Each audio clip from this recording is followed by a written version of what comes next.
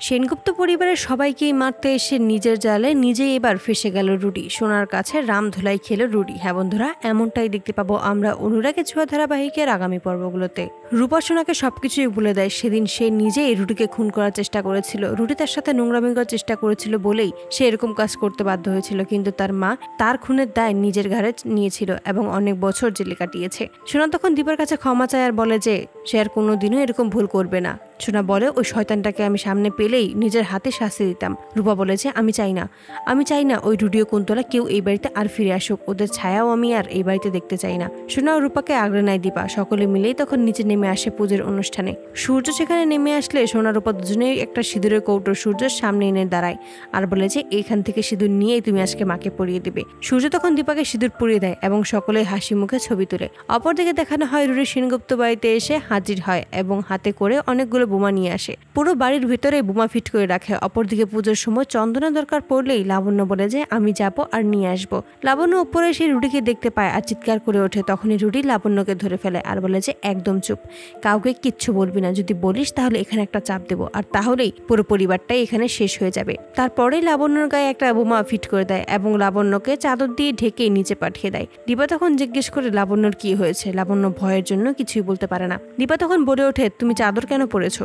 কিন্তু লাবণ্য কোনো কথাই বলে না। তখনই দীপা লাবণ্যর কাছে আসে। লাবণ্য দূরে সরে বলে আমার কাছে এসো না, আমার থেকে দূরে চলে যাও, যা হওয়ার তাই হয়ে যাবে আমার, কিন্তু তোমরা বেঁচে থাকো। দীপা কোনো কথা না শুনে চাদরটা সরিয়ে ফেলে এবং দেখতে পায় যে সেখানে বোমা ফিট করা আছে। অপরদিকে পুরো বাড়িতেই বোমা ফিট করে দেয় রুডি। রুডি যখন নিচে নেমে আসে তখন বলে যে সবাইকে শুধুমাত্র এই রিমোটের মাধ্যমে আমি কন্ট্রোল করতে পারবো। দীপা তখন বলে ওই ছোট্ট মেয়েটাকে তুই ছেড়ে দিলি না, তোর পাপের শাস্তি তুই পাবি। রুডি তখন বলে সেটা দেখার জন্য তোমরা আর কেউ বেঁচে থাকবে না। সোনা তখন বলে সবকিছু হয়েছে আমার জন্যই ও আজকে এই বাড়িতে চলে আসতে পেরেছে। রূপা তখন বলে আমাদের সাথে তোর ঝামেলা, ওই বাচ্চা মেয়েটাকে ছেড়ে দেয়। তখনই রুডি চিৎকার করে বলে ওঠে এই বাচ্চা মেয়েটা এই বাড়ির অংশ, তাই আমি কাউকে এখান থেকে ছেড়ে দেবো না।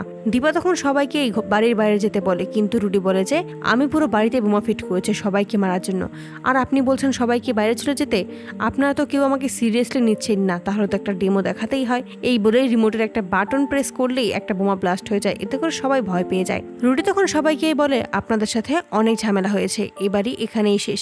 এই বলে যখন বাইরে যাবে ঠিক সেই মুহূর্তে সূর্য রুডিকে ধরে ফেলে এবং আচ্ছা মতো ধোলাই করতে থাকে। তখনই দীপা কৃষ্ণ ও দীপকে ইশারা করে যেন দরজা বন্ধ করে দেয়। দরজা বন্ধ করে দেওয়ার পরে রুডির মুখোমুখি হয় দীপা আর বলে যে এখন তুই প্রেস কর, আমাদের সাথে তুইও এখানে শেষ হয়ে যাবি। এতে করে ভয় পেয়ে যায় রুডি। ভাবতে থাকে সে এটা তো কখনোই ভাবেনি যে সত্যি যদি এবার সে বাটন প্রেস করে তাহলে তো ও নিজেও এখানে মারা যাবে। দীপা তখন বলে তোর কাছে আর কোনো উপায় নেই, হয়তো তুই বোমা রিফিউজ করবি, নয়তো তুইও আমাদের সাথে মরবি। রুডি তখন ঘাবড়ে যায়, তাই নিজেই বলে দেয় যে কিভাবে বোমা রিফিউজ করবে। তখনই দীপা বোমা রিফিউজ করতে সক্ষম হয় এবং পুরো পরিবারকে বাঁচিয়ে নেয়। তখনই রুডির উপর ক্ষিপ্ত হয়ে যায় সোনা রূপাকে বলে আমাকে ছেড়ে দাও, আমি ওকে আজকে নিজের হাতে শাস্তি দেবো। ওর জন্য আমার পরিবারের কাছে আমি অনেক খারাপ হয়েছি, ওর জন্য আমি আমার মাকে কষ্ট দিয়েছি, আমি ওকে নিজের হাতে শাস্তি দেবো, তাহলে আমি একটু শান্তি পাবো।